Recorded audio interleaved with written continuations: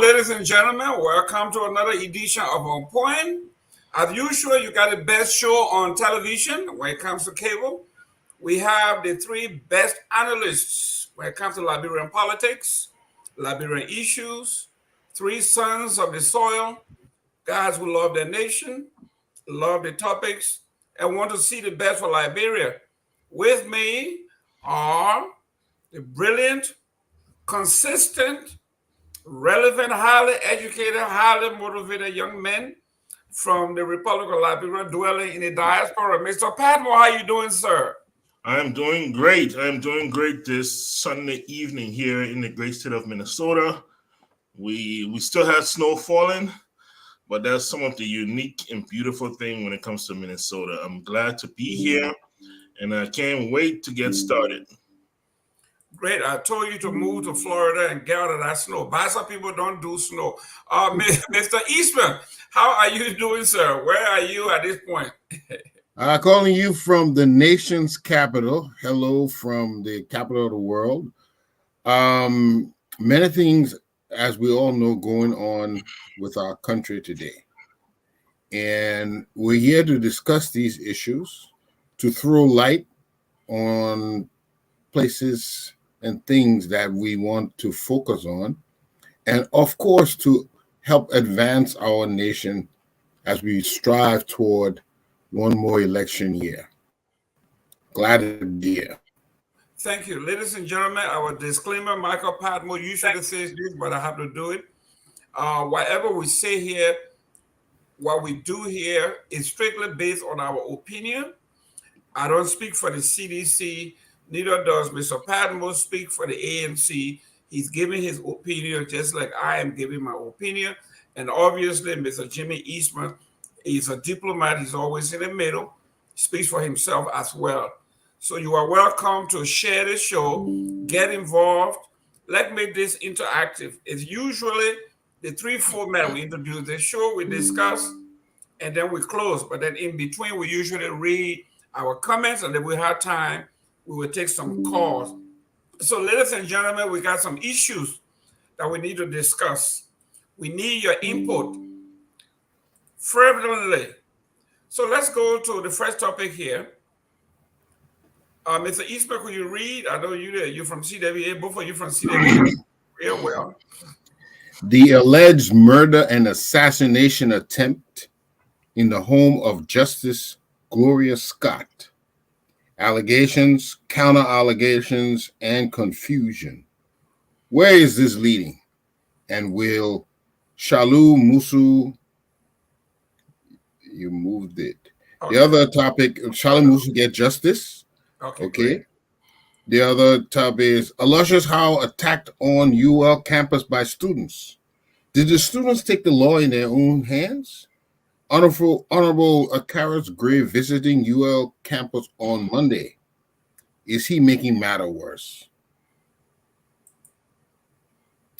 China Mall in Liberia.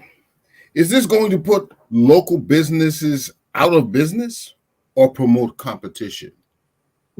Is this another Chinese influence and gradual dominance of the Chinese culture? 6 political parties, including Cassell's PLP, joining the ruling CDC. Excellent. Mr.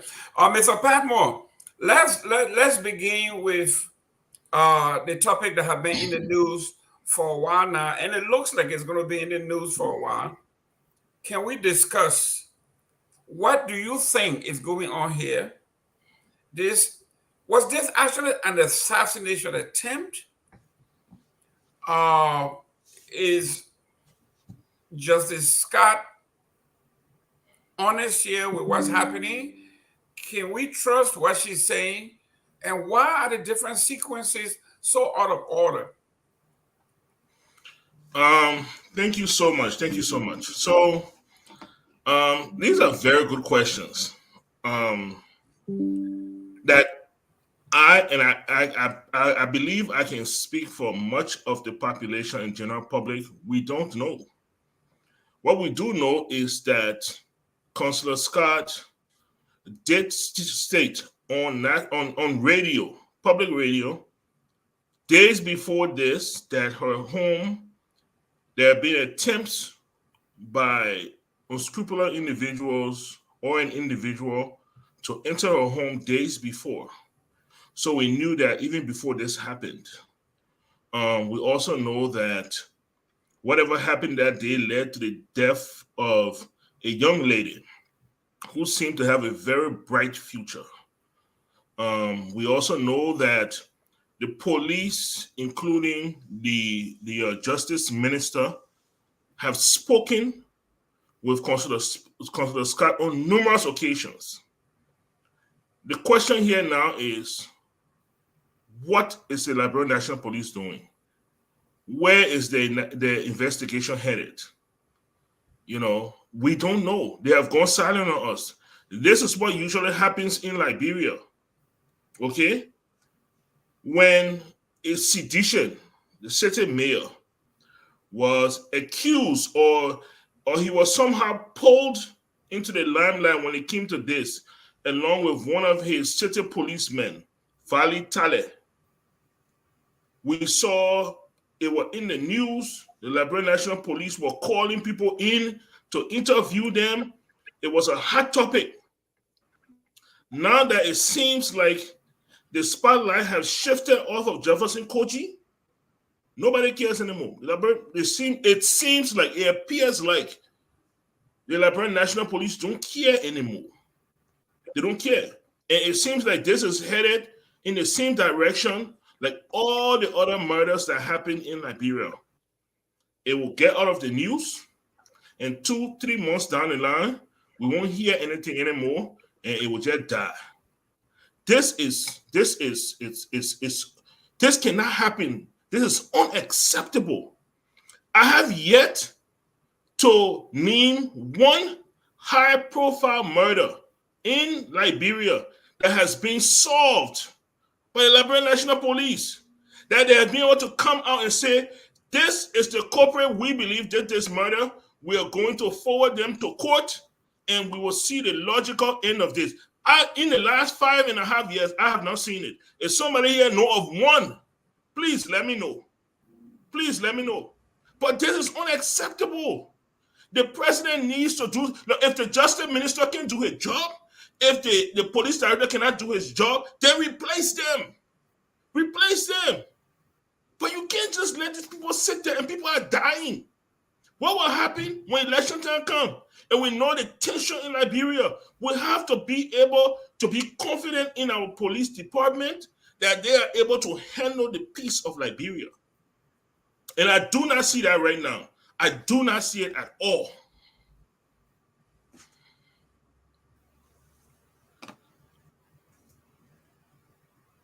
Mr. Eastman, today I was listening to a pundit in Liberia, and the question from the audience was, why did Gloria Scott, who says an assassin was on the loose, left her home, went to the hospital?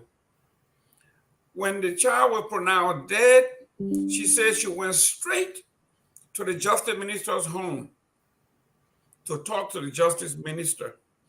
And they put someone asked her, but is this the process? Is this the procedure in criminal matters around the world for somebody who is a lawyer, somebody who is a jurist, someone who was a former senator, a lawmaker, someone who was chair of the Elections Commission, somebody who served as a chief justice in Liberia? And the pundit said, well, usually in Liberia, we have something called proximity to power. I never heard that before. That is, if you are closer to somebody who is in power and the president, the higher up is next door, you usually go to the higher ups. And the counter was, are you telling me that if St. John Weir is the chief law enforcer or the president in Liberia who's supposed to enforce the law, if somebody murders somebody on the street, are you going straight to the president's house because you live next door to him? So we know for the fact that usually the process begins with the police and then ends with the justice minister who makes the case to do the prosecution. Mr. Eastman, does it make sense to you? Honestly, Jerome, none of this makes sense to me, what is going on with this specific case. We're first of all, it appears that the way the case was handled from the very beginning was a bit clumsy. And we know that the very first evidence gained when these things take place is crucial. And if it's not protected, the crime scene is not protected, the witness testimonies by the witnesses, if they're not obtained right away, you start to lose some of the relevance and some of the detailed information that you may need to investigate the case.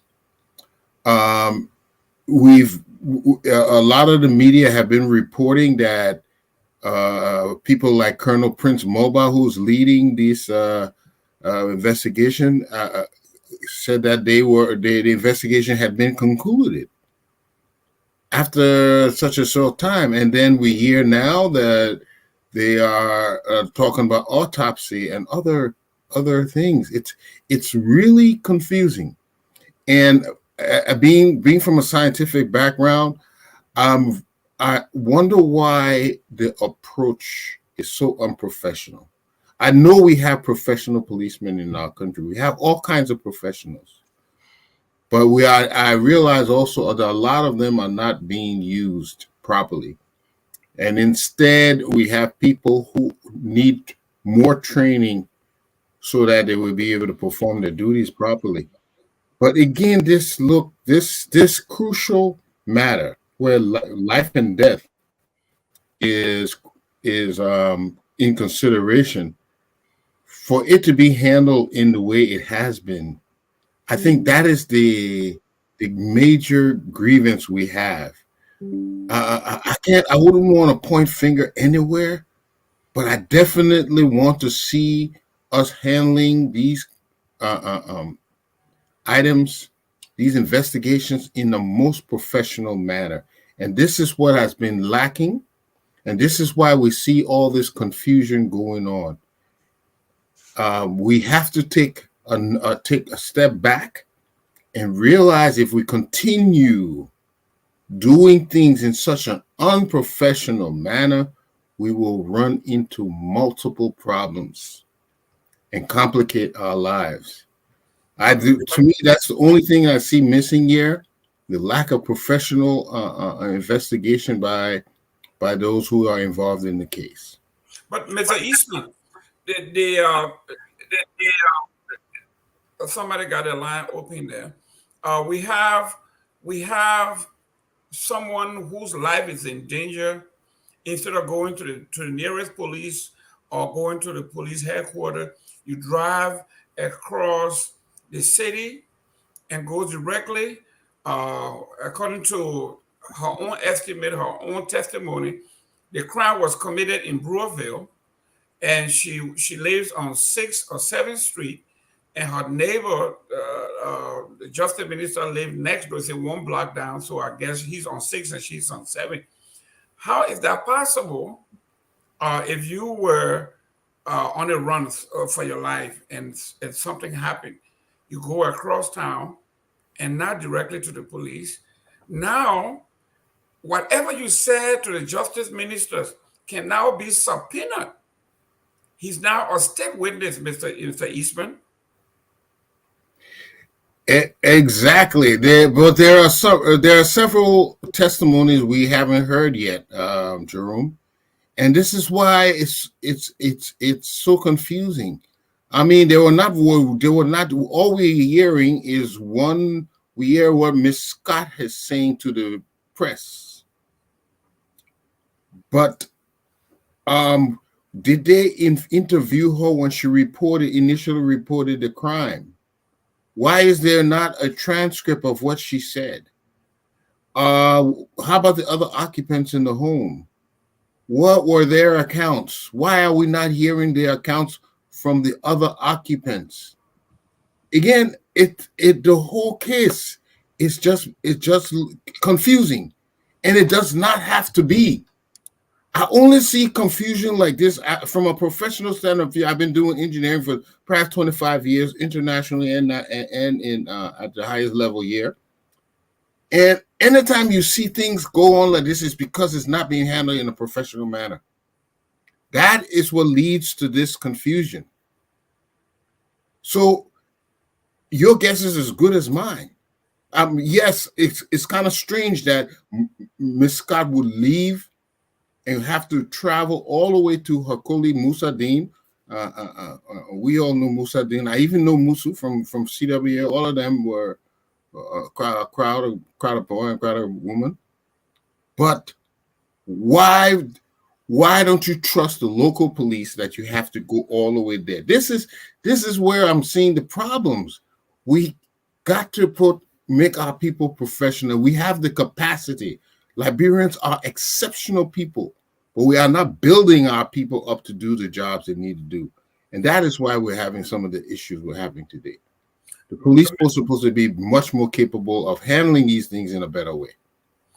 Mr. Padmore, is our local way of handling things, like the vice president once said, if you bring the war crime court, we are all interrelated. We love to settle things in-house.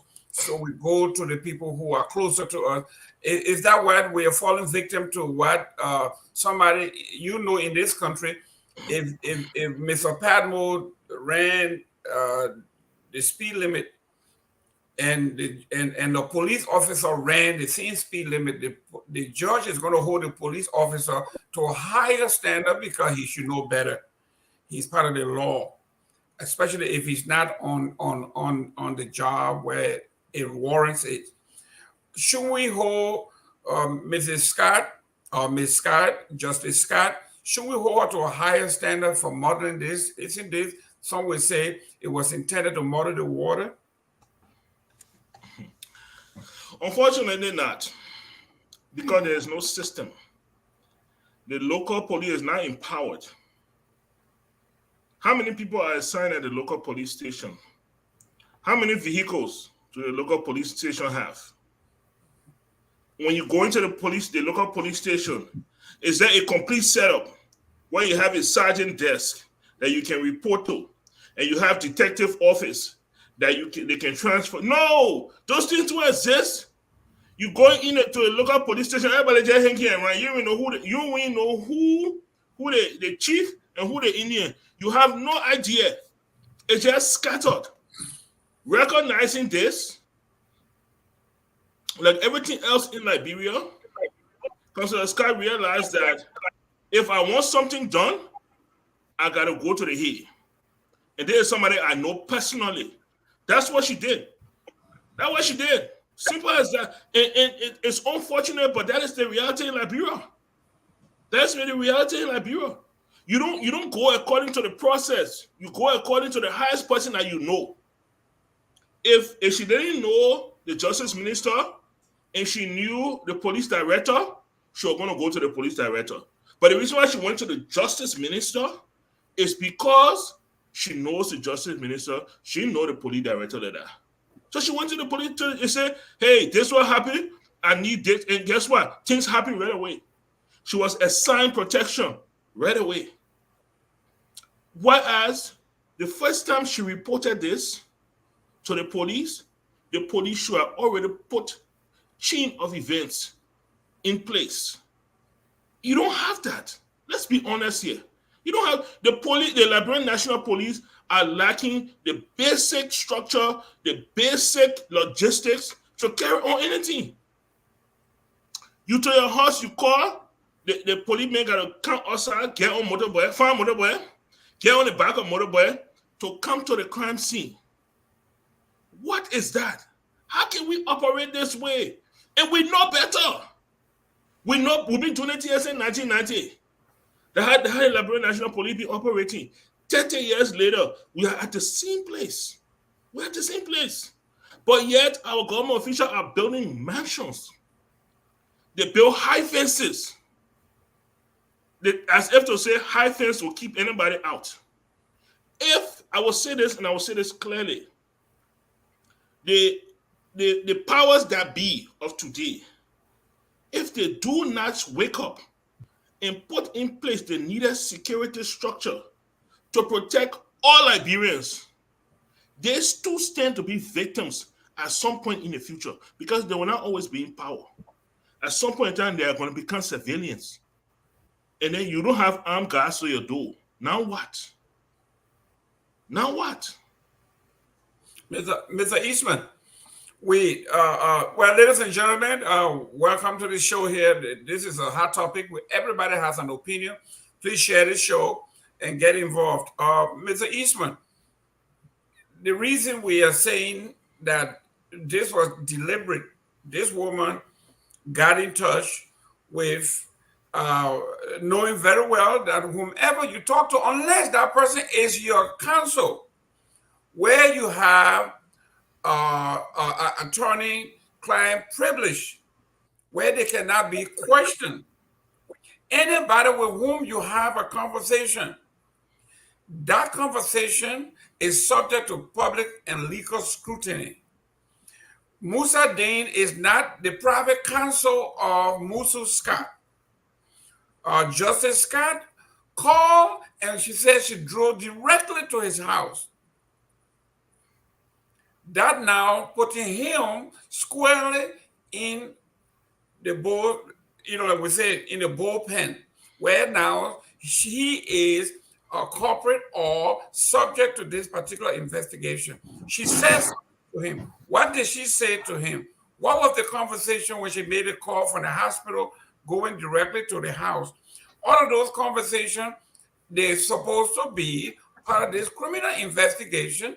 That makes he, who usually prosecute these cases, himself now part of this. How do we go from here? Do we appoint a special prosecutor because this particular prosecutor now is a witness to Gloria Scott herself, or Justice Scott, and to the state, because the state has a vested interest knowing what conversation was there and a confession made.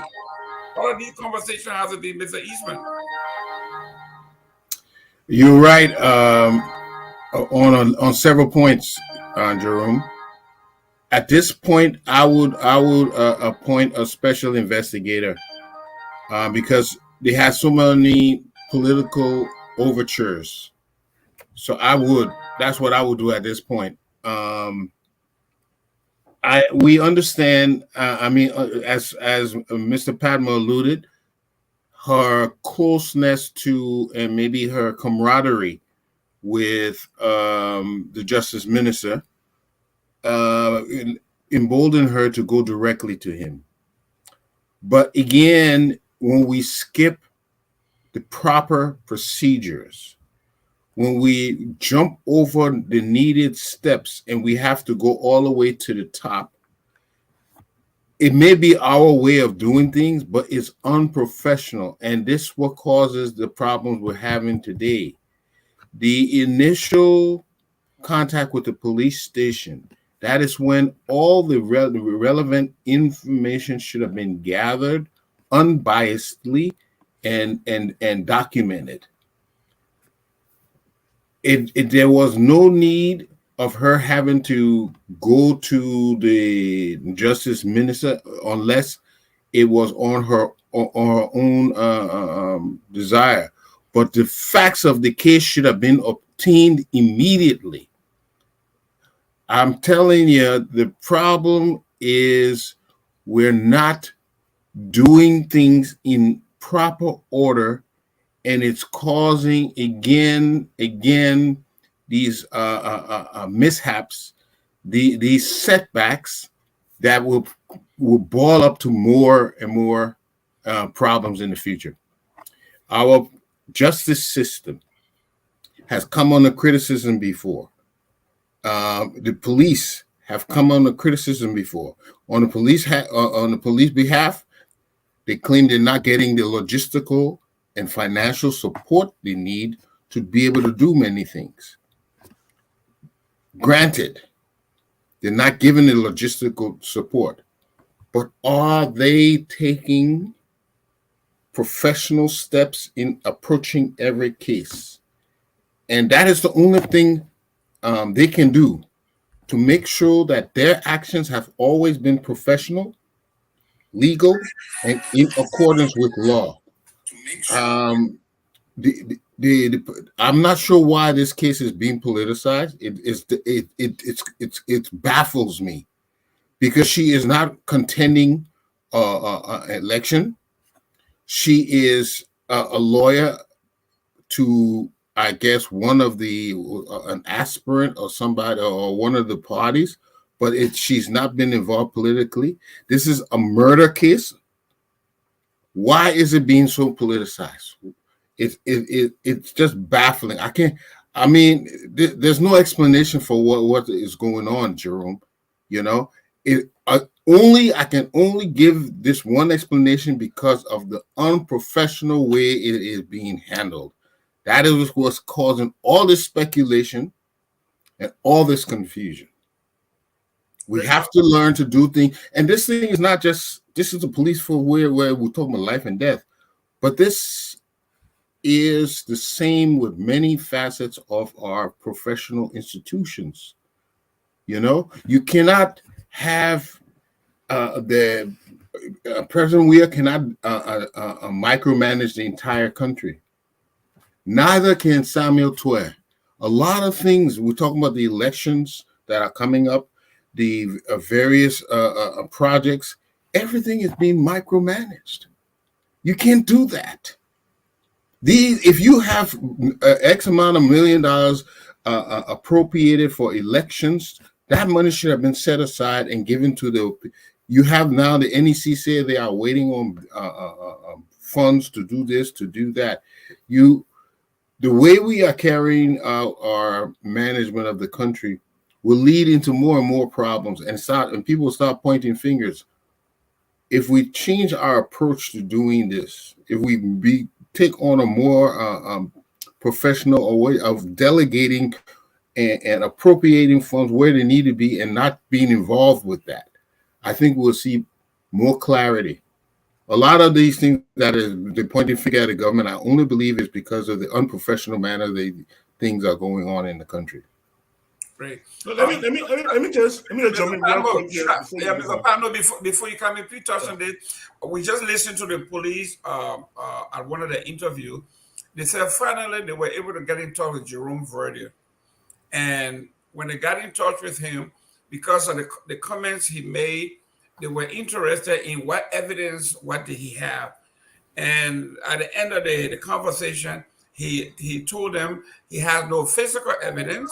He has nothing tangible, but he has something that may lead them to solving the case. But when he came on most of the talk show, he didn't sound like he was giving lead. He was sounding very definitive. Go ahead.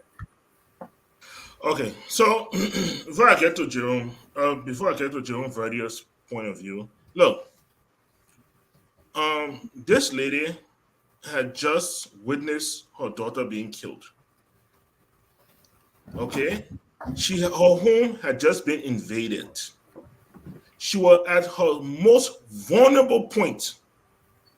And she went to the only person and the only place she felt that she could get some semblance of safety. We have to ask ourselves the question, instead of looking at her as, oh, the woman is a lawyer, and why didn't she go to the right process? The question we should be asking ourselves is, why didn't she or any other Liberian feel safe enough to say, I will just go to the local police station and I know things will be handled the way they're supposed to be handled? That's the question we need to ask ourselves. In America here, if you call your local police station, you will get the same service as if you call any other police station. It's a standard across the board. So you can feel safe in that manner. This is not this is not the reality of Liberia. If you want to feel safe, you better go where action can be taken. And that's where she went. Now, concerning Jerome Verdier, look, this is the same unprofessional thing we're talking about. A citizen comes on to public radio, public internet, whatever it is, and he puts out information that he believes. You also have other people that are coming up with stuff. There are people even coming out today and saying they believe that Councillor Scott is involved in the murder. There are people coming out today on Facebook and posting that she knows who the murderer is. There are people coming up and stating that, oh, it was a domestic dispute that went wrong. What's the difference between them and Jerome Verdier? There ain't nothing. Those are civilians. Civilians can say what they want to say. It is up to the Liberian National Police to be the professional investigators. If you hear something, you go there, you find out. If it is not anything, you dismiss it, you move the investigation forward. It's as simple as that. Why are you going there demanding something from Jerome Verdier? Like Jerome Verdier has a responsibility to supply the Liberian National Police with evidence. He does not. He has no responsibility to do such. And that's why he told him, he said, I'm getting no evidence. Even if he could somehow push their stuff, he doesn't have an obligation to do it. It is the Liberian National Police that has an obligation to follow the story, to identify leads, to follow the evidence, do the forensic thing there, go in, take blood samples, take fingerprints, all the things and investigate, interview the neighbors. All those things could recreate the crime scene. All these things, that's what they're supposed to be doing. Instead, they follow behind Jerome Verdier because it's a political stunt. The Liberian National Police is more interested in the politics of this than solving this murder. I will say it again. They are more interested in the politics of this than solving this murder. And it is unfortunate, very unfortunate. Mr. Padmore, you are being sentimental because you got a vested interest. Let's go to number 2 here, Jimmy. Aloysius Howe was attacked on the campus of the University of Liberia. The student there, they in this habit of chasing or attacking people who belong to the opposition party. I know when you guys were on campus, I know a lot of folks who were members of the SOUP. They have never gotten to this extent. SOUP has been, basically they have been equal opportunity offender. Anybody who did wrong, whether you were in government or other government, they were going after you. But this one seems to be more political and more one-sided. Mr. Eastman, you were once part of this student body. What is going on here? Are these guys now taking matters into their own hands to say, one of them said, if the corrupt official come here, we'll get rid of them. Is this what this thing have turned out to be? Well, very interesting. You know, the University of Liberian students have always been in the forefront when it comes to pointing out wrongful behavior by the government. I can remember even before I got to LU, I remember Huff, Wilbur Huff, Victor Weeks, Best, Neville Best, all of them were arrested in the Tolbert administration for their sentiments against the government at the time. And SOUP has been at the vanguard of the changes in Liberia. They've always they always try to be the pulse of the people. And even during Dole regime, some of my colleagues like Larry Tukba and whatnot, they were brave enough to condemn a military regime that was brutal and quite capable of executing them the next day.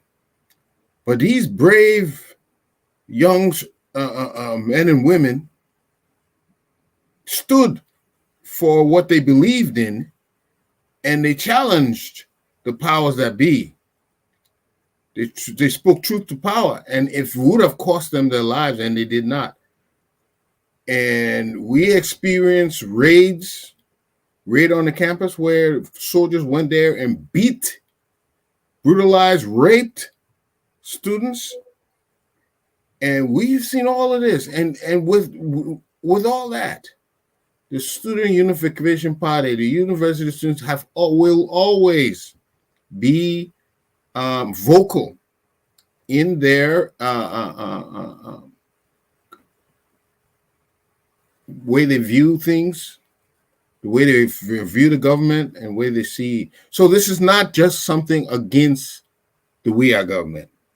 I want to make this understand. This has always been. The idea is that they are now taking it to another level where they are now physically attacking, and making it show that this is a no-go zone for government officials. You cannot, the government officials and sympathizers of the government, you are not allowed to visit the campus. You are not allowed, even when you are invited. I think taking violence to anybody who visits the campus, it definitely should be condemned. We are not, I don't think it's right for anybody to be abused, to be stoned, to be physically attacked because of where they stand politically or the jobs they hold. I can understand the booing, but for no reason are we to physically attack a person. I think they will. I heard one of them coming back and apologizing for that, but by no means should violence be used to when you're advocating for justice and equal rights and freedom. You shouldn't have to use justice against someone else. I mean, violence against someone else. So we condemn that, but we do not want to see the government going in there to agitate the students.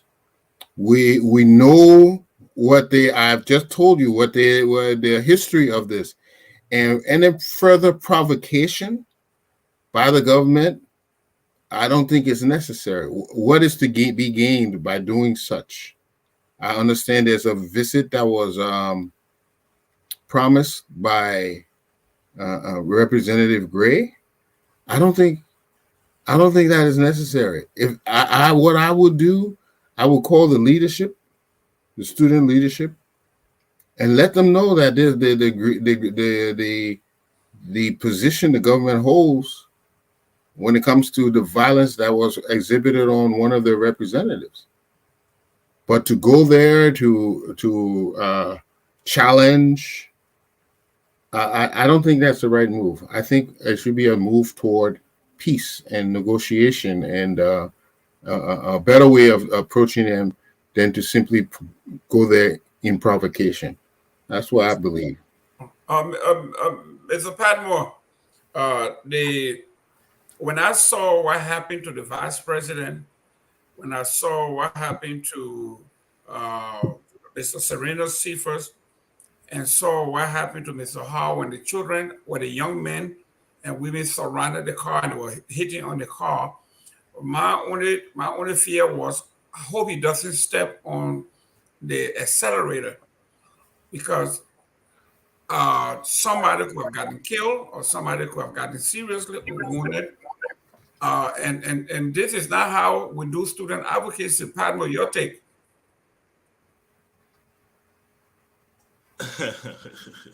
So a couple of things here.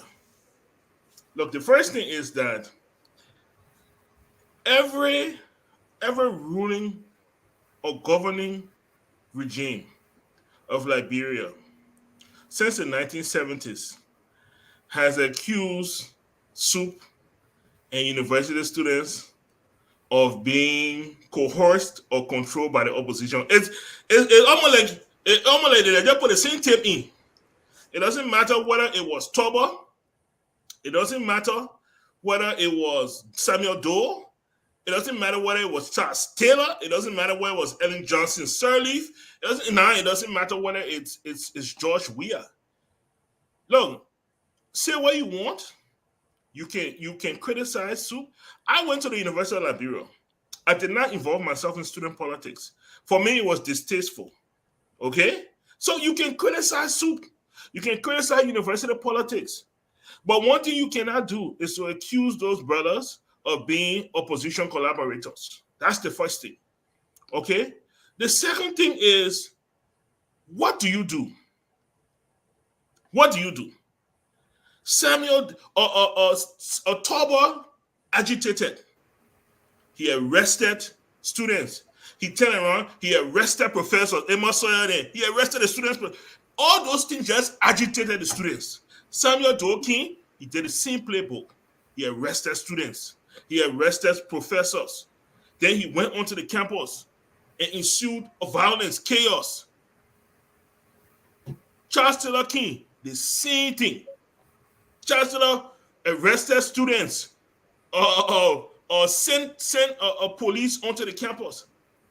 The question, what do you do differently? How do you engage these people differently? What are their issues? Have you ever asked that question? What are their issues? They just want a better Liberia. You and I here, we've lived. Okay. The future belongs to those kids. They just want a better future. And they are sitting there and watching certain people steal the wealth of their future. And people are saying, just be quiet. Just go to school. They see their colleagues graduate from the University of Liberia and become nothing because the economic situation in Liberia is stagnant. So just go to school, get a degree, you leave from there, no job, no way forward. Unless you either become a corrupt government official, there's no other way for you. They are frustrated. You cannot continue to suppress people and steal their future continuously. They will react. Do better. Do better. And doing better does not mean getting Wi-Fi or cancel the tuition. But yet, there's no science lab. There's no library. There's no bathroom. No. Do better. Stop stealing. How about that? Instead of going on the poor campus to go agitate them, just stop the stealing. Convict a couple of people for corruption. Do that and see whether your case will not sing your name. It's as simple as that. Why are we taking it to be so hard? Mr. Eastman, Jimmy, my brother Michael Padmore here is spilling out the talking point of the ANC, talking about Alexander Cummings, just stop the stealing. Just stop the stealing. That's all it is. Just stop the stealing. With no recommendation, no analysis or anything, just stop the stealing. So if the government's stealing, Mr. Padmore is saying the student have the right to go on a rampage and kill people and maim people. The student and kill people? Who the student kill? The government is stealing. I know when Backup Matthews and the folks that you are talking about, when they were agitating, they were doing community, they were going into the community. When you talk about the original community organizers, against the government. That's what they did through protests all around, not just at the University of Liberia, but all around the country. They were educating for awareness. But Padmore is saying, those few guys that ANC is paying, that they are going out there pounding and breaking windows. All the ANC people talking point is, just stop it stealing, just stop it stealing. Mr. Eastman, I am worried that one of these days somebody is going to panic and just step on the accelerator, and we're going to have a lot of dead young folks.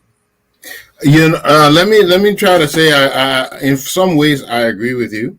I do not like to confound matters. We need to treat matters in a separate way. Okay, I'm sorry about this. We need to treat matters in a separate way. First, the government, the accusations of excuse me 1 minute. Let me stop these calls coming in. They will never call until you on the program. You kept. First of all, President, we are calling you, so yeah, we are telling you. Yeah.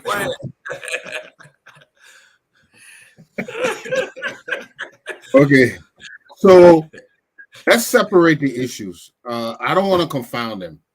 First of all, the government misappropriation in the government is a separate issue. Students voicing their opinion is a separate issue. Violence, chaos, and rampant unrest is an issue all by itself, and we do not want to confuse that. Okay, I'm totally against violence. For us, we've seen where violence takes us, so we will always push for a non-violent way of expressing ourselves. Okay, so we should expect, the government should expect that there will be students that will have anti-government sentiments, because we've known them to have that thing over the years. We went through that, the decades and decades of student resistance. There one time, Ellen Johnson Sirleaf was on her way to work, and the students blockaded it. What did she do? She went into negotiations with them. She talked to them. There's a way to do it. So what I'm saying is, they will do this, but we will not. We should react to it is negotiation, talk, not agitation, not provocation. That is not the way to do it. If there have always been claims of government corruption, like Mr. Padmore was talking about, you can make accusations, but what will have to happen? We'll have to bring proof of these matters the best we can. It is difficult sometimes in these situations, but we will have to use the proper channel to bring these things to the public, to openly broadcast it, put it in a newspaper. There are ways we have to openly doing it, but we do not want it to be done through violent confrontation. And that is what we have to avoid at each time. I believe if any wrongdoing in the government, it should be exposed. That is the proper thing to do, but not through violent confrontation. And the reason why, we have seen what has happened from Samuel Kanyado. There was confrontation about the elections, the rigging of the elections. People were not satisfied with it. Okay, there was a attack, residual attack on the citizens of Nima County. They were ran out of their home. From the same, all this came from the same election, and we produced dissidents. And what did that happen? We saw in the end they came over. Now they were rebels, rebelling against the government. So the government always has to take a stand that whatever they do will have consequences, positive or negative. And that is why your approach has to be one that will maintain peace. And if things need to be corrected, if somebody needs to be fired, if somebody needs to be replaced, like we saw the sanctions officials that were suspended, then that needs to happen. Government has to respond to the allegations that will lead the nation toward progress. And by not responding, by not being quick to act, we allow these things to fester until it gets overwhelming. Yeah, so at this point, the students need to keep it calm. They should not do any violence to anyone because that's condemnable. But what are Padmore was saying? What are the concerns of the students? Okay, they're calling people rogue, but you have no right to touch them. So let's stay within the boundaries. Well, Mr. Eastman, real quick, I think you got to give the government credit here. What they did in conjunction with the administration is, let's go to the handbook. What does the manual, the handbook or the manifesto of the university says on these things? And they find out that, yes, there was some, whoever threw the rock, broke the windshield, that was criminal in nature. And that person was, I think, was arrested. And according to the handbook, one person was expelled because he held the most responsibility as far as the violence was concerned. So I think they handled it the right way. They went by the rule of law. Whoever protested, they had no problem because there were a lot of students. They didn't arrest, mass arrest, but they went after the guy who threw the rock, who broke the windshield. That was criminal in nature. He was arrested and expelled. So I think you got to get the government credit here on dealing with this. No, there's no credit here. There's absolutely no credit here. Or the first thing is that the last I heard, the president of the university set up a committee to investigate what happened. Before that committee got to work, they suspended a student. That goes against the handbook. Everybody should have their day in court. Everybody should have their day in court. That kid should not have been suspended without first having his day in court. That's the first thing. Even the University of Liberia Student Union president came on and condemned that and rejected it and said that goes against the handbook. So right there, when you do that, it shows that you are not acting in good faith. You are just trying to please President Weah. And we understand that what the president is doing. But that's okay. Look, all of us here, Jimmy said we shouldn't compound this. I agree. Look, if you go on a university campus, there's freedom of speech. If the children get together and one child roll behind you, they have the freedom to do it. As long as they do not touch your bodily person or intimidate you or block your progress in any way, and they just won't chant, roll, they have the freedom to do it.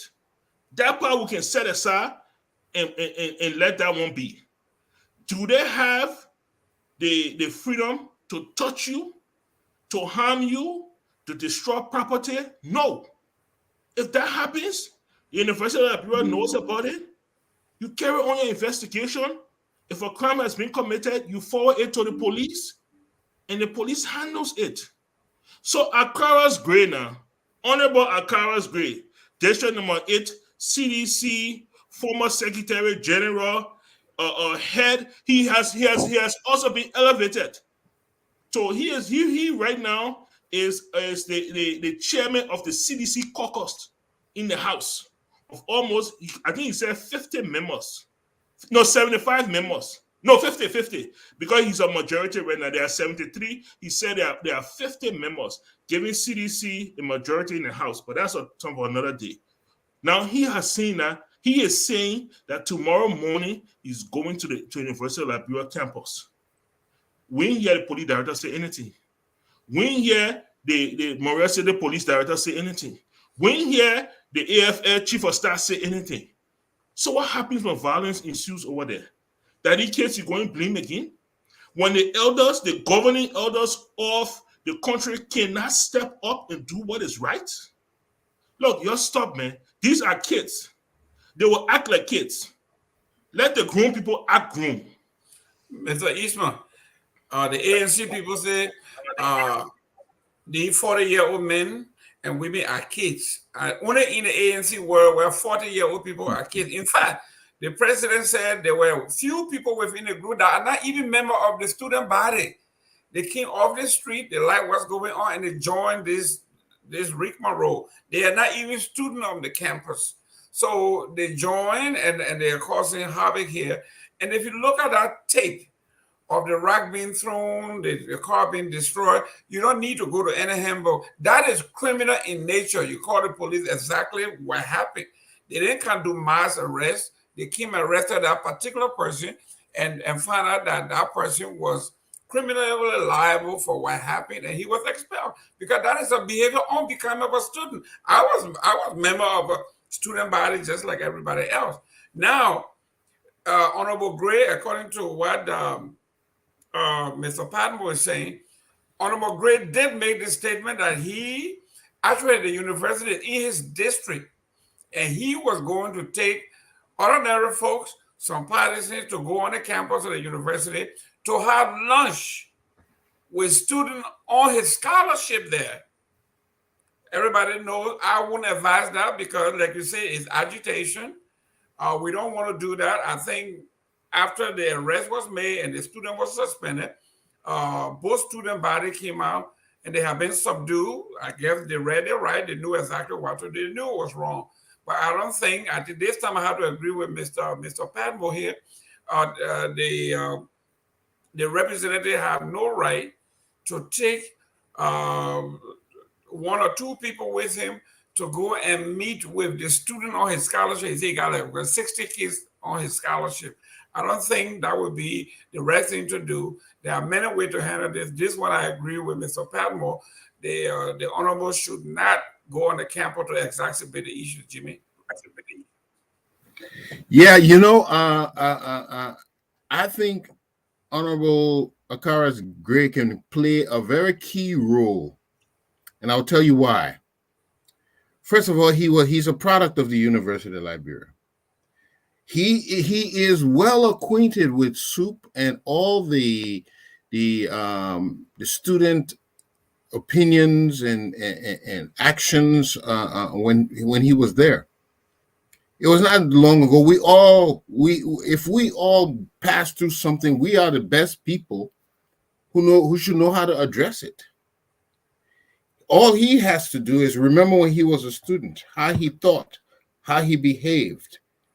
And then when you go to them, you know how to talk to them because you were once one of those students. So I believe in the person of Akaras Gray could be a very instrumental person to talk to the students. Now, I'm not sure if he's going to go there as a CDC a person, or is he going there as a representative of the people he was elected to represent? And that's what he should always remember. Yes, he has a party, but he should always remember that he was elected by the people. And the people that he elected in, that's to who he owes his allegiance. That's who he owes. That's the people who pays his salary. And they should come first. And if our representatives and the people who represent us always put us first before their parties and before their philosophies that they have, then Liberian people will always win. But if we're going to make party politics more important than the constituents that elected you, then that's a faux pas. Then we're going in the wrong direction. So I believe Honorable Gray can do a lot in this situation because he was there. He was one of them. He was very active as well.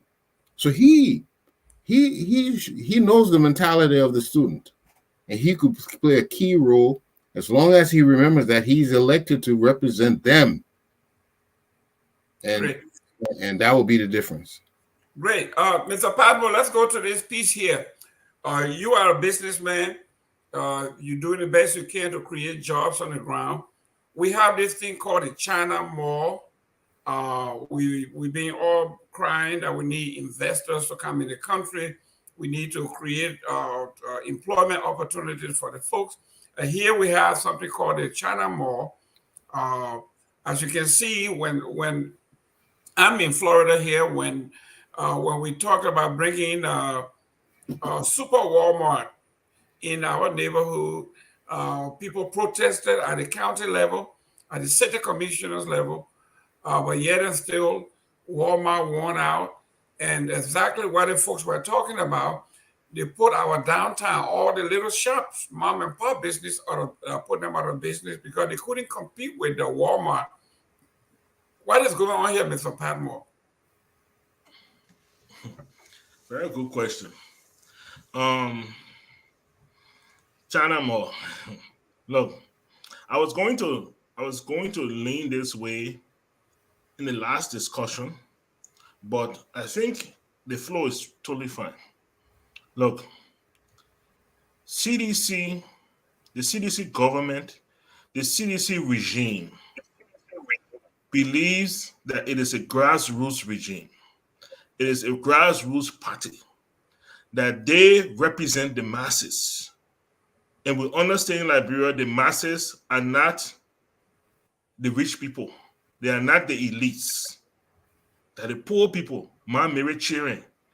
Those children are going to LU that you see making all that man, Mary children. The people that you say you stand for, the market women children go to LU because they can't afford to go to private colleges. So when you go on LU campus and want to arrest these people and want to brutalize them, want to intimidate them, you are intimidating the children of market women. Now let's come to China Mall. Okay? We want investment, but we want adequate investment. We want investment that brings added value to the economy. We don't want investors that come and compete with Liberian people. Okay? You can't compete with Man Mary. Then you're not investor. What are you really? What all you are doing is it's almost like you are transferring wealth from Liberians to foreigners. Okay? There are laws on the books. The Liberianization program, I remember from the 80s, is still a law in Liberia. Foreigners should not even have certain positions in companies in Liberia when you have Liberians that can do that job. But we see it from company to company, investment to investment. The government is not I don't have any proof of this, so I try to stay away from that. But the government is not doing what it needs to do to protect Man Mary. They're not doing what they have to do to protect the people that form the grassroots of the country. If Man Mary they're selling, how you bring Chinese men to sell the same thing Man Mary is selling? Then what thing Man Mary will sell? How she will feed her family? What do you think that Chinese man doing with the money that you're giving him? You think he building her in Liberia? No. You think he's sending his children to school in Liberia? No. That's capital flight. We need to set a standard. If you're not willing to bring a certain standard of investment into Liberia, then take your water market and go. Take your water market and go. We want it. It's as simple as that. Mr. Eastman, I think if Mr. Padmore had not just mentioned CDC, he would be a nationalist because what he's talking here, the last time I saw this girl called Josephine Davis, she was going from Lebanese store to Lebanese store. What Mr. Padmore is talking here, the Lebanese were using Liberians as fronts. They would bring these women in front of their store to sell their particular product. They sell wholesale in the store. Then in the front, they have few women sitting up front selling retail. They are fronting for the Lebanese or the Indian or the Syrian or the Indian, while the Liberian people are suffering. And she came and she busted most of it. So this is a standard practice in Liberia where the system is so weak that these guys will say they are wholesaler. They carve a little spot for Man Mary, supposedly Man Mary. and she's selling the retail, sucking the money right out of the folks without her even getting a dime of what's happening. You know, when in 2017, after the successful win, President, we have successful win of the election. I went to Liberia for the first time of over 20 some more years to attend his inauguration. And in that, he mentioned something in his speech that was music to my ears and almost brought tears to my eyes. He said that he was not going to allow Liberians to be spectators in their economy.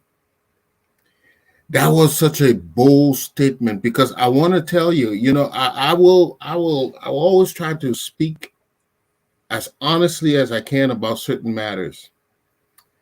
Liberians, the Liberian elite before, they left the door open for foreign nationals to do a lot of commerce. They were not ardent business people. That's why you used to hear words like the Syrian man, the Lebanese man. That would give them rise. So we had people come in Liberia to do commerce, because the Liberian people who had liberal money did not want to do commerce. So what we have met was most of Liberia's economy already in the hands of foreign nationals. And we all know this. So he says he's going to adopt things to reverse that, to empower Liberians, to make them part of the economy. I've seen how that can be effective in places like in Ghana. In Ghana, only Ghanaians can go into certain kind of businesses. They have what they call protectionism, to allow local nationals to be able to earn a living. Now let's go back to this China Mall. Who are they in competition with? That's my first question. Are they in competition with the local, the everyday Liberian Mom Miri and Ma, as who's selling her little rice, or who's selling her little Vietnam goods? Who are they, or are they in competition with the Lebanese? That's the first question I'm going to ask. And if they are in direct competition with our people, you know, our market people, our mom, Oman, or our enter them, then I will have a problem with it. But if they are in competition with the Lebanese that are there, then I got no problem with that, because when competitors compete, the people who buy from them usually benefit, unless they enter some cahoot and try to price set, which is called practice. You will benefit. So I have some questions to ask. What kind of goods are they selling? If they're affected by what they're doing. I have been told that goods that enter the market are inferior. I have been encouraged to bring from America, because if you bring goods from the U.S. or other parts of the world, you'll be better, because the Chinese goods are inferior. So who there is examining the kind of goods that are being sold, who's buying, what sector is being affected? I think we need to take a whole look at it, a wholesome look at it, to properly define the problem. And because our president has promised that he's going to make Liberians not just spectators to their own economy, if we bring this matter, say this China Mall is negatively affecting us, then something will be done about it. But simply say because there's a big China Mall there, people remember when Walmart was proliferating, a lot of people had protested against Walmart. But as you see, Walmart has stood the test of time. Sometimes there is evolution and things have to change. So I think we need a careful examination of this China Mall and see if it really is negatively affecting the Liberian sellers, or is this something evolutionary? Eventually, it's going to happen. I think we need to take a closer look at it. Mr. Padmore, we have here. I'm speaking because in Grand Bassa, where I come from, I'm seeing the Chinese government giving a lot of scholarship to those kids from the different counties. I can count about 5 or 6, maybe 10 from Grand Bassa County that are in China. And it is mandatory when you get into China that you do like a 2-year immersion program where you have to learn Mandarin and all of that. And some people are saying this is a slick way of the Chinese sending back our own children, okay, to carry on the dirty deeds. Because when these kids come, when the Chinese company come, one of the requirements for hiring will be that you speak the language. And if you spoke Chinese, you are number 1 on their list. So whatever it is that they want done that they cannot do, they have the trained personnel already to do it on the ground. So are you seeing some connection here? Because I listened to this guy called Dr. Omar. He said the same thing. He said they are doing the same thing in Jamaica and the Caribbean. They are taking these young folks, taking them to China. They come and build roads and supermarkets and hospitals. They hire these folks, and these folks are doing the dirty work. I mean, look, one of the things that Africa has wailed about in the last 50 years has been how Africa has been taken advantage of. First, it was by the West. Now it's by the East. And we are seeing this over and over. Look, if there are people in Liberia who make business, they're sole business. They go to China, they buy goods, they ship the goods, and then they sell the goods. China more putting up out of business. Automatically, no business again. If Mama is selling a breaking plate, we got breaking plate in the market for $250 Liberian dollar or 300 Liberian dollar, which is $2 US, and you can buy that same single breaking plate to China Mall for $1. Why will you buy it from Mama in the market for twice the price? You won't do it. You go to China Mall. Look, the Chinese, it has been well documented. The Chinese are not in our interest. The Chinese is in the interest of China. Liberians need to be in the interest of Liberia. We have to protect our wealth. We have to protect our citizenry. We have to protect our future. We cannot depend on China to do that. 50 years ago, we thought when the West came, they will come and they will have us in mind. They didn't. They had the West in mind. The American had USA in mind. The British had Britain in mind. The French had France in mind. Liberians need to have Liberians in mind. Africans need to have Africa in mind. And when we approach these people, we need to approach them on that level. Look, if China wanted to do something, one, China could have gotten formed a cooperative or collaboration with other Liberian businesses. They could have created a wholesale business and said, look, we see you're running to China back and forth. Obviously, that is expensive. That is time consuming. How about make it simple for you? We'll bring China to you, but we'll only sell on a wholesale basis. So then, my Mary that's selling in the market, she can go to China Mall, she buy one carton or plate, and then she bring it and sell retail. Simple as that. But you selling retail, my Mary selling retail, who your team will win? You Yeah, can my Mary out of this, and you but have the money and the patience. And but then when Padmore, my Mary Padmore, start a business, yes, sir. let me come in a little bit. Okay. I totally agree with you.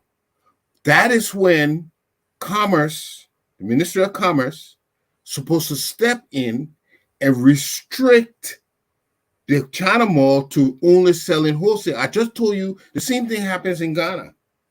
Okay, in Ghana, I use Ghana as an example because I saw it firsthand. You can bring something in wholesale, but they protect retail for the common Ghanaians so that they will earn a living. This is where the Commerce Ministry should step in and do their job. I know we're pointing our fingers at China, just like you said, by bringing in goods in mass, reduces the cost per unit for everybody. So it can be beneficial to Liberians. But where the problem is, why do you not restrict this business to wholesale in order to provide a haven for Liberian entrepreneurs? That's what the Commerce Ministry is supposed to examine and to do their job. You see, so a lot of this, you have to have active experts in places that will analyze things that are going on in the country so they can make the proper recommendations. That is a Commerce Minister job. I don't think that's business. Protectionism is a very narrow path to follow because it can hurt and it can help. You got to really know how to walk that tightrope. But this is what we have the Commerce Ministry for. So, what has there been any feedback from the Minister of Commerce? This is when he's supposed to do his job. If I'm hearing of this China Mall sentiments for the first time.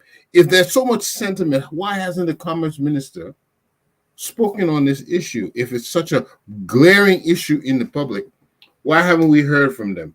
And the steps to protect Liberian businesses are very easy. Just restrict them to wholesale. That's all we have to do. I mean, there are measures to do this thing. Well, Mr. Padmore, I think this one, we have a reporter on the ground, Theo Williams. I think we should empower him to go and do a real journalistic investigation and report back to us because this is serious stuff. I have a young man that I consider my godson. He's in Zambia. And he says what the Chinese have done in Lusaka, where they build railroads, they build tunnels, a lot of stuff, and everything is in Mandarin. Just imagine you in Zambia and the sign, the street signs, and the exit, everything is in Chinese in your own home country. So this should be an alarming situation. We all sign an alarm here. This is serious business. China Mall starts in Monrovia and nobody says anything. And the news are not tightened. The next thing you know, they're going to Buchanan, they'll be going to Ganta, and the next thing you know, everybody will be working for China company, China Mall. So we need to do this. This is non-political here. This is strictly Liberianism. This is patriotic Liberians who say, you know what, this is how it's going to be. If you are the University of Liberia, young folks, this is your area because you guys are the young intellectuals. You study Marxism, you study economics, this is where you should make your name. Because this one, the market women, the politician may hate you because they want to sign, they keep back and stuff. This is where the masses will actually rise up and say, this one we with you. So the student over there, I don't want to give you no idea, but this is where you need to go and say, you know what, it's not going to work here because we were under the influence of the Syrian, the Indian, the Lebanese. Now you have compounded it, bringing the Chinese. Yeah, you see, Jerome. Actually, there's these things like you mentioned, Zambia. China did not come and say, "Okay, give me all your this and that or whatnot." They offer you a deal. Mm-hmm. It's up to you to look at the deal and accept it. If you didn't accept it, for instance, you say they got Chinese right, and you say, my man, if you're going to put if you're gonna build this thing, we don't want no Chinese, right? Nobody here speaks Mandarin or Cantonese. Please put this thing in English. And if you can't abide by what we tell you, then don't put it in. It's up to your authorities to make this decision. I'm glad you mentioned Zambia, because people come and give you loans. Like, this is what they're doing. And even though you're the European Economic Commission, the Americans, all of them say, "Oh, China is only offering. They're not slaving your people. They're not bringing gunboats and bombing your country and taking your people as slaves." They say, "Here is money. We will lend it to you." It's up to you to make a decision. And what happened in Zambia when they took the loan? It was predicated upon them paying it back. If they couldn't pay it back, then the Chinese were going to take over their copper mines. Copper is one of the main exports of Zambia. And what happened? They've defaulted on the loan. So everything is, we have to take some responsibility. This is all I'm saying. We have to take some responsibility in what happens to us. They're not holding us to gunpoint like they did before, you know? And they said that what they did do before they took our Basso people land. John Stockton, yeah. Mr. Padmore, this one here, I think we got to delve into a little more because when I listen to, I mean, we all listen to what the gentleman's name, Mr. Snow, when they brought is that an ATM terminal at the seaport, where he said he apologized to the Liberian people that the deal was so bad, skewed against the Liberian people, that he was going to make a difference when he became senator. And look what happened. These folks, they said over there, the Dylans of the world, the Snows of the world, Nyobli Kangas of the world, the Jonathan Carpet, the Bessa Garfina, these are all my friends I'm talking about. That we say when you go over there, my man, rock the boat, make sure that we visit all the concession agreement and redo it. They all agree. Then, like the folks say, it's a Zoe Bush want to enter. Say we are not there, we don't know what's going on, and they died. Then Snow had the audacity to go, and he's a repeat offender. Not only did he mess us up over there, then he went around and screwed the Western cluster. So we have to do something here. If non-political, this is for Liberians. We have to rise up and say, you know what? This man was in Monserrato. He lied to us. He said, when I become senator, I would do better. Then he got worse. The recidivism rate in the Senate is just unbelievable. Now, I know I'm going to go to the next topic there. For Vanny Sherman to sit over there, run into Gayman and say, I am fighting for the people. He said, the cluster thing here is so bad, we need to kick them out of here. This man been sitting there for 9 years, benefited from this, because election is 7 months away. Vanny Sherman was in Gayman advocating for the poor. Can you imagine the audacity of this man saying now 7 months, 9 years he's been sitting there, did absolutely nothing. Now he is the conduit of change. We should keep the Western cluster out of here. But let's go to the next topic here. This is one that Mr. Padmore loved to get his teeth in. Mr. Padmore, I know you're salivating already. 6 political parties, including Daniel Cassell, PLP, joined the ruling CDC. This one is heavy. This is serious stuff here. Mr. Padmore, let's go to this one here. What do you think, sir? Yeah, look. The ATM open. Let me just put it that way. The ATM is open. The CDC ATM is open. It's open. So the people coming together on money. They already submitted a budget. What this is just that. Look, that was a complete waste of time. The PLP, look, in any civilized, rational, organized country, the after Dr. Cassell was arrested and charged with fraud, the PLP should have been suspended and the organization should have been investigated to see if they were beneficiaries of such monies. If dirty money was used to create that organization. That's the first thing that should have happened. But no. Like, bro, it don't happen like that. They just turn to the CDC, say, CDC, yeah. My man, you're looking for people, right? Yeah, what budget, yeah. You're able, yeah. But then we joining your conference with our organization party. This is why we are in Liberia. And then we wonder why nothing works the way it's supposed to work. We wonder why things continue. The recidivism rate, as you say, the repeat offenders are dancing because nothing works. Nothing works in the country. Just basic things are supposed to happen. No, it will not happen. So now everybody get beret on. They took out the green beret. You saw it, eh? They took out the green beret. They put the red beret on. Hey, Finny. Hey, Finny right there. Look, I did the math. I look at the six parties and the few that participated in the last election. The activities since the last election. You put all of them together. You wrap all of them together. They're not really one person. No, you're taking, okay, when I even want to say, you're taking that one for free. You're taking it for free. We even want to talk about it. Absolutely not.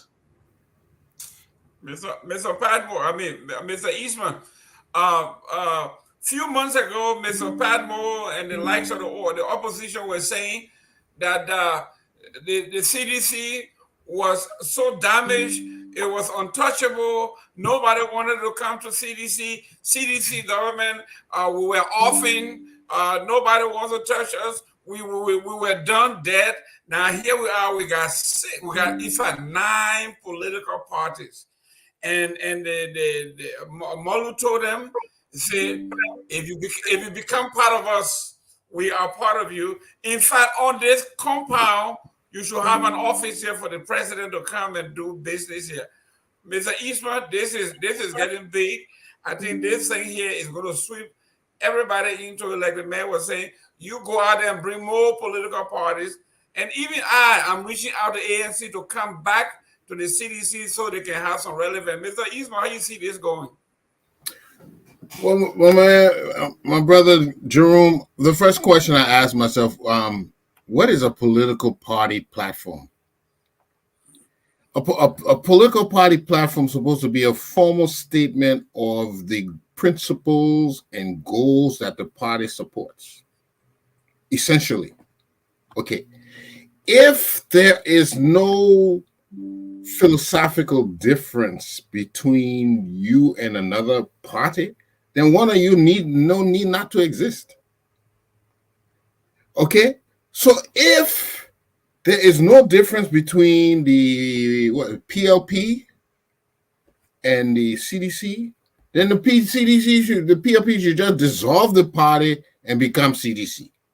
Because a political party is supposed to be something of philosophical principles and goal difference. And if these things do not exist, if you are not different, then you need not to exist. I don't see anything wrong with supporting the CDC candidate.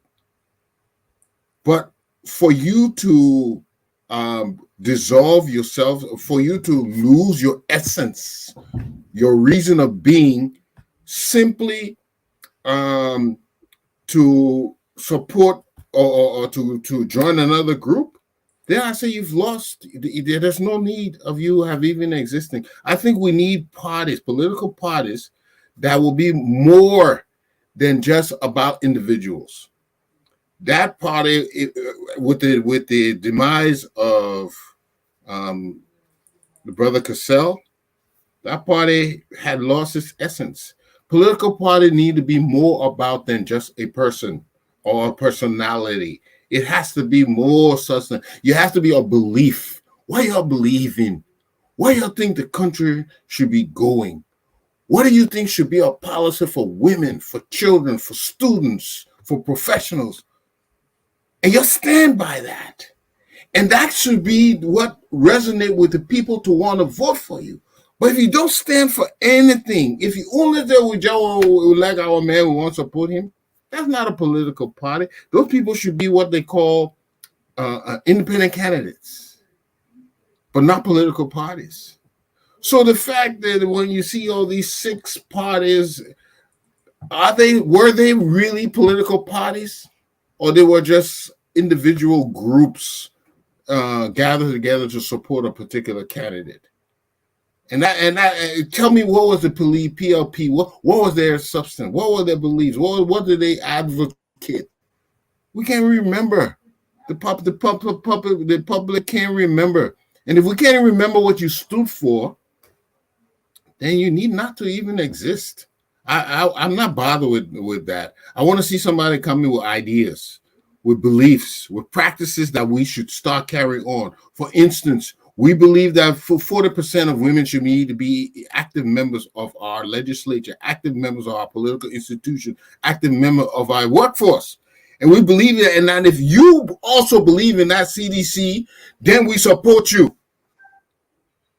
Not simply just lay prostrate because you see that you're not going anywhere, then you say you join the CDC.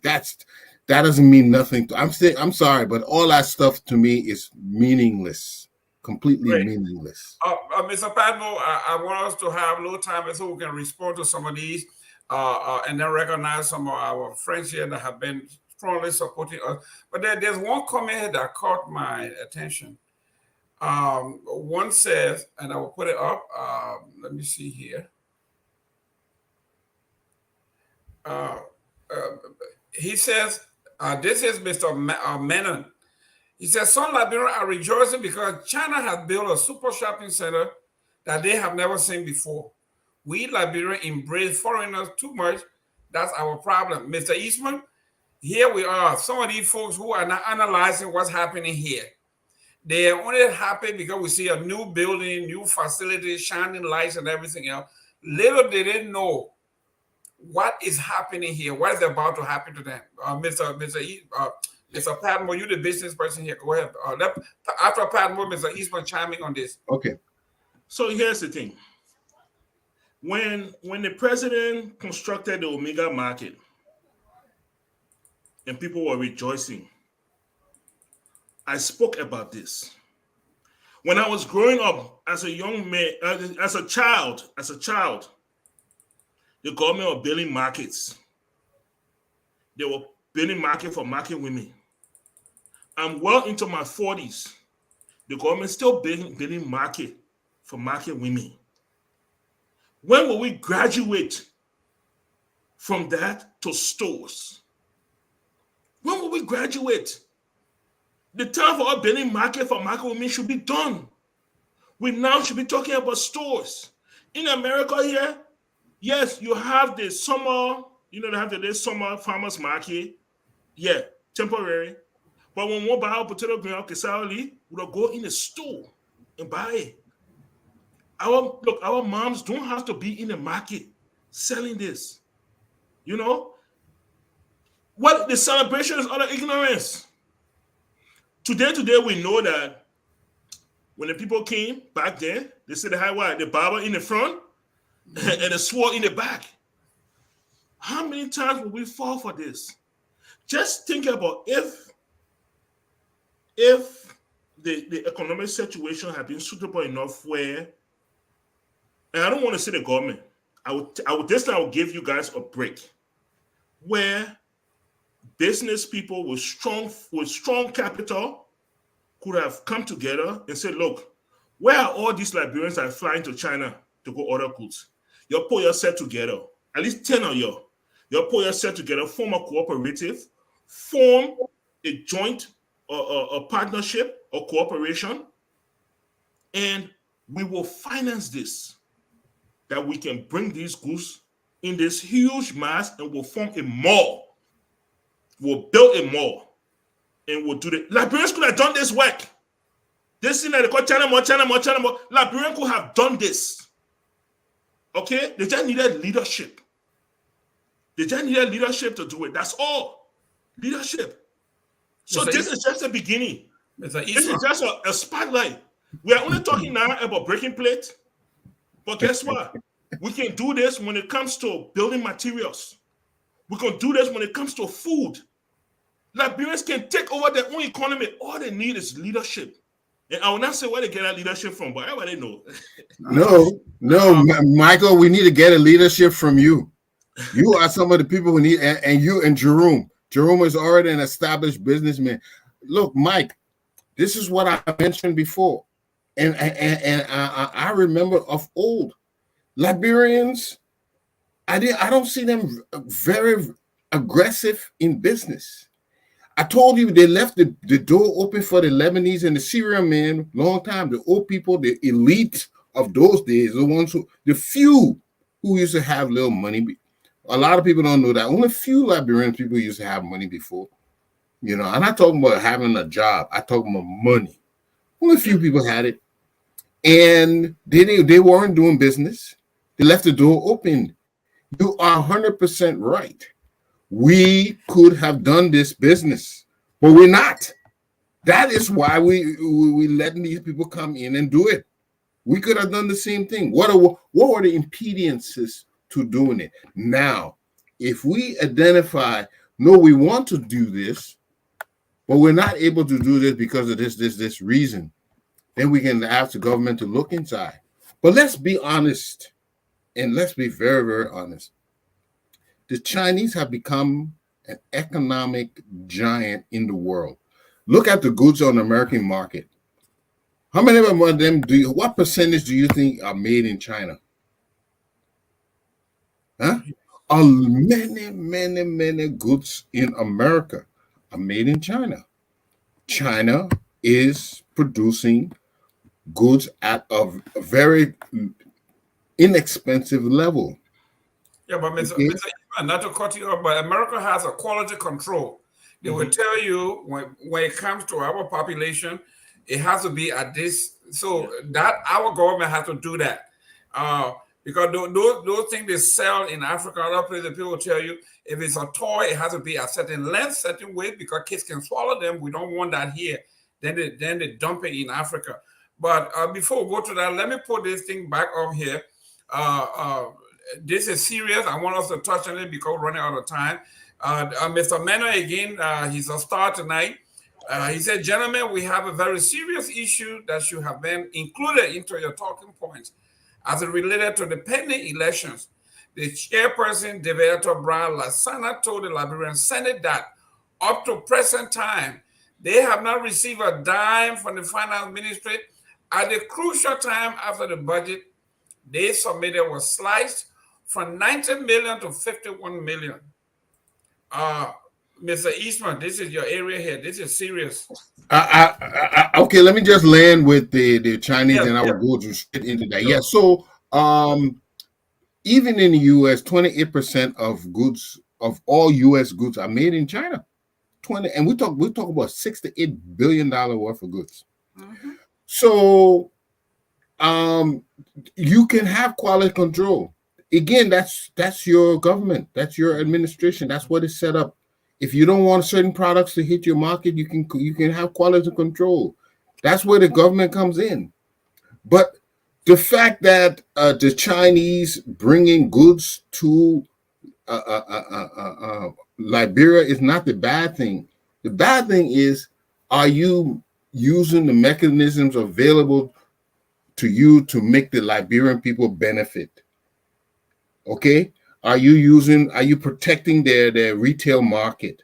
Okay, are you instituting quality control so we don't get wasted goods like some warehouses that Lebanese had a couple of months ago, a year ago, had rotten goods. Goods had expired for years and years and years. They were selling to the Liberian people. We've been exploited. Our administration is supposed to take care of that. We can't blame that. There's some blame we can put, but don't blame things that you're not doing on somebody else, unless you would never fix the problem.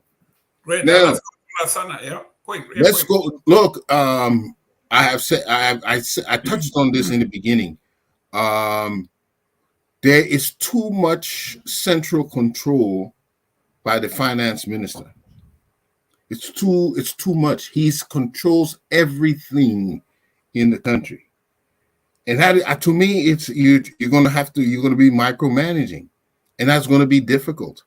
If there was a appropriation in the budget for the NEC, why haven't they received their funds? Why are we waiting on them before? Why we have to wait on when he is ready before we do these things? Okay, why are we? You know, I remember one time he used the phrase "dig hole to cover hole." That is not how you run a government.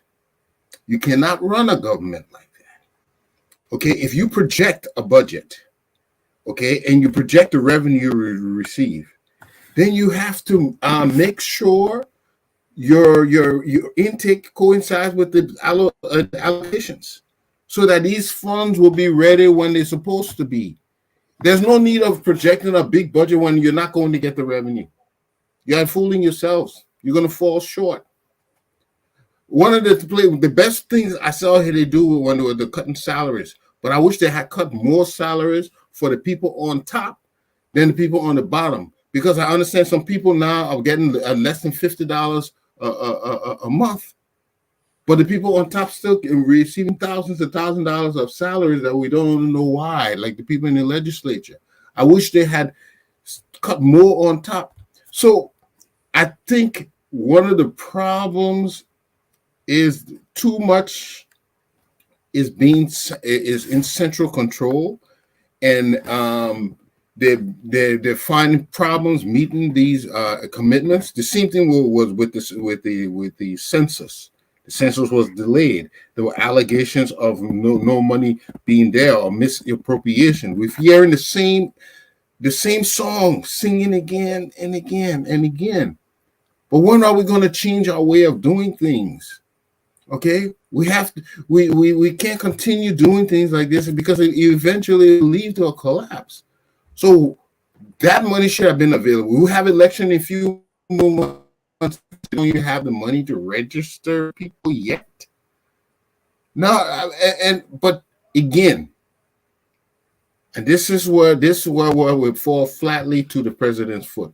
When you have your people that they are not meeting with at certain obligations that you give, and you say at this time this has to be done, and they're not meeting your requirements, then you have to take actions. That's where leadership comes in. If you take no actions, they will never improve. You have to take actions. You give them a deadline, you tell them they have to do this, and let's make sure they do it.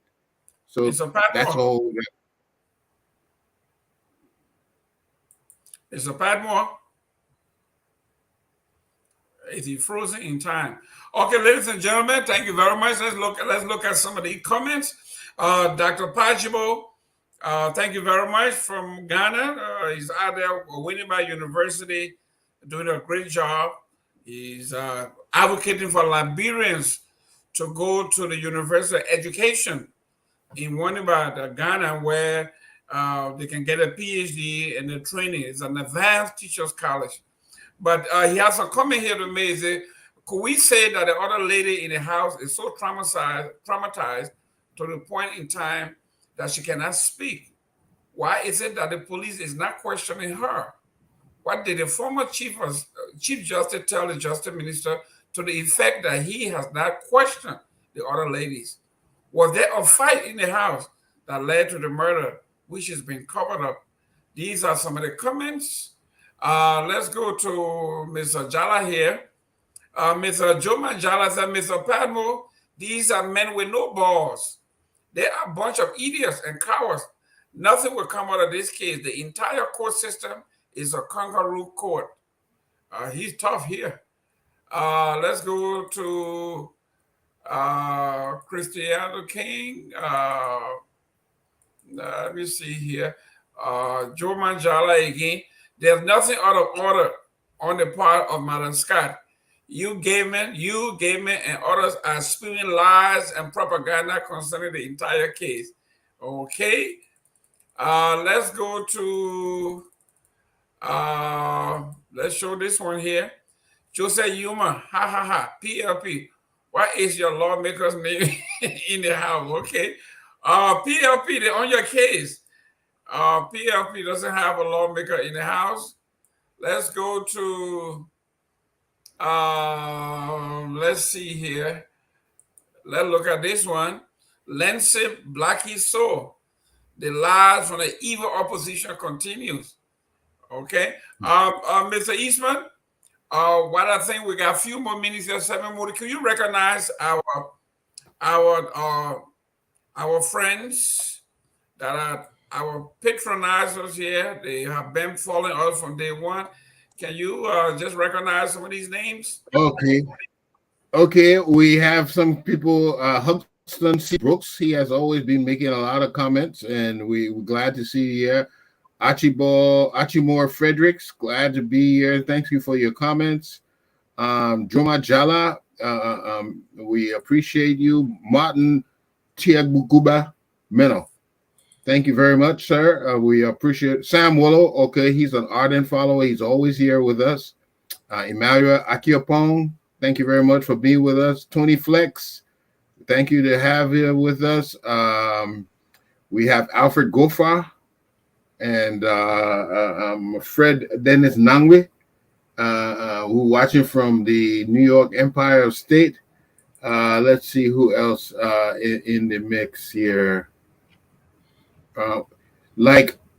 We just want to all your this platform is neutral. We will bring up the topics.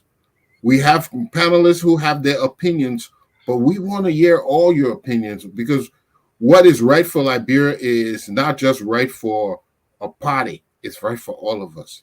So let's be open to what we can do better. Maybe somebody will be listening, and maybe we'll make an effect of change. Here we have James Smith, and watching from your hometown, Buchanan, Grand Bassa, Jerome. Oh, yes. Yeah, so Bassa is in the house, okay. And there you go. I don't see any more names for now. Okay. We got Elvis Morris. Elvis is a long-term follower. We got Houston Brooks, Christiana King, Lindsay Lance, Blackie Soul, Toby. We can't call everybody. Mr. Manning, we read several your statement. Christiana King again, Brooks, and we have Josephus. Yeah, Josephus. We have Josephus and Ruth Cephas. Josephus asking you, will the government allow PLP to bring the helicopter in the country? Pete Norma is watching as well. Okay. This is Stevenson. Lance Blackie's son is in the house. Wayne's son is in the house. Who else we have? Musu Cooper, Edson Pajibo, who's our erudite brother who's always following the show. Benzema Benedict and Christiana King. Oh, that's Cristiano King as well. Okay, ladies and gentlemen, we are at the end of the show. We got 1 minute here to close. Mr. Padmore, it's your turn.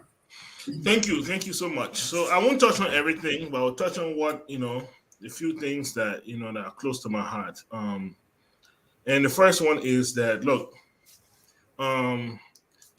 freedom. Like my mom always used to tell me when I was growing up, your freedom ends, your right ends where another man's right begins. No matter who they are, that person should be allowed to go wherever they want in Liberia, free of intimidation and physical harm. University student want chant, roll, they can do that. Alexander Cummings was out into the community last weekend, and some seditionists came together and they started chanting CDC slogans. That's totally fine. That's democracy. That's freedom. We should embrace that. But when you take your hand out to put it on somebody, that is not okay. The police should handle that. There should be a non-issue. The police should handle that and everybody move on. Finally, the China Mall. The Chinese people coming. Look, we can do this. I remember as a child growing up in Liberia, there was something called a free zone authority. The government got together and said, look, we want to encourage investment. Tax free for a certain, we'll give you the land. We'll make sure we provide the workforce. Come invest. Those ideas are not dead. The Liberian government has the capacity to encourage Liberians with big dreams and big ideas and big vision to do these things. You know, secure the loan. Say, look, go to GT Bank, go to Abbey Bank, and we will back the loan. We will back the loan. Go get the loan, open your China mall, and see what happens. We'll give you the land. You got to pay taxes for the 5 years, at least until you establish yourself. 5 years, you don't have to pay any taxes. All those things help people. But in order to do that, you need a visionary. You need a leader. There's only one person running in the race right now who has that experience, who has that ideology, that strategy. That's Alexander Cummings. This is why we need this man. Not because of popularity, not because of celebrity, because he knows what it takes to lift up the common man. This thing will never happen under a Cummings administration. I can lay my left down for that. I know that personally. This is where we are, my people. We need to move forward. Thank you so much. Thank you. Mr. Eastman? I only want to comment on political parties.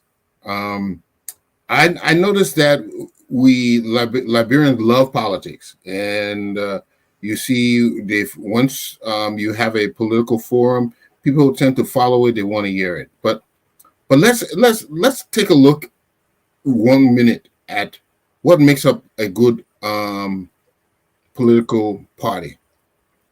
A political party is really a set of principles and policies that you believe in. So if you're going to join any political party or you're going to support a candidate of a political party, ask yourself, what do these people believe in? What do they advocate? Oh, yeah, I want to build roads. Everybody will tell you that. I want to build schools. Everybody will tell you that. I want to build hospitals. But how will they build it? Is the question. But more importantly than all those things they say they want to build, what do they believe in? Because you see, what you believe in motivates your actions. If somebody believes in stealing, then you will notice that it would be a crook. If somebody believes in a hard-working honesty and a job you give them, they would take that job and work on it hard. So if you want to know what a political party will do, ask, what are their policies? What are the policies on jobs and economy? What do they think? What are their policy on diversity? Do they believe in tribalism? Do they believe in allowing females to rise to the top? Do they believe in promoting healthcare, education? How about the environment? Do they care how the environment looking? Are they tired to see Monrovia the way it is? Do they propose plans to change Monrovia? We must evaluate people, policies and parties on what they believe in, not what they say they're going to do, because they can lie to us. So the best way of knowing who they are, find out what they believe in, what they hold true to dear to them. Then you will know who they are. We're going to make some important decisions coming this September. So let the buyer beware. That's all I got.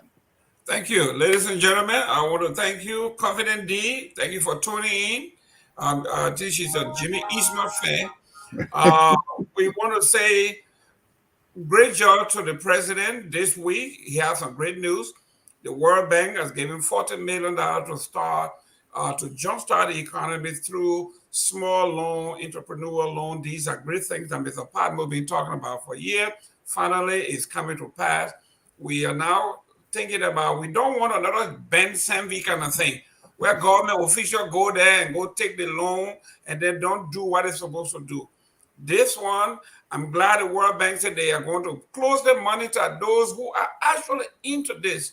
What I think the government needs to do, when I was vice president for minority affairs for the Chamber of Commerce here, we had an incubator that I was over to teach folks how to develop business plan, how to implement business plan, and then the enforcement mechanism where we actually go and walk them through it. After a while, if you have done well, they forgave your loan and all of that. So we need to look into stuff like that, where we can build an incubator where people like Jimmy Eastman, Padmore, you can go and mentor somebody and say, you know what, this is your small business plan. For $5,000, we think you can do this, do this, do this. And after a while, when you have become successful, where you can keep your own record, where you can now standardize your stuff, we leave you to the caprices of the bank. Now you can go and get bigger loan and increase your budget, increase your marketing skills and all of that. So ladies and gentlemen, we are talking here, not because we hate each other, we criticize each other to make each other better. So when you hear Mr. Padmore talking about somebody saying, yes, I get upset because I'm a Cedician. But when it comes to us being Liberian, there is no partisan involved. What is better for us is better for Liberia. I think you would do well when you go to Liberia and all your relatives don't just come to you for everything. Once in a while, it'd be good for them to say, Mr. Padmore, Mr. Gayman, you in town? I'll take you for dinner. I'll take the family out for dinner. And this is what I do for all you have done for me. But now when you hear that Padmore coming, then 20 people line up at the airport, what you brought for me. So ladies and gentlemen, it should be all about Liberia. So let's talk Liberia. Let's uplift Liberia. Let Mr. Joseph Walker say, let's build Liberia, except that he was there for 40 years. He didn't build it. But the responsibility of us. And as always we say, we are all Liberians. Ladies and gentlemen, thank you for tuning in. And we look forward to, if you want to debate Mr. Padmore, call in. You want to debate me, fine. You want to take on Mr. Eastman, we have possibility to do that too. But we love you. And as always, we are all Liberians. See you next Sunday, same time.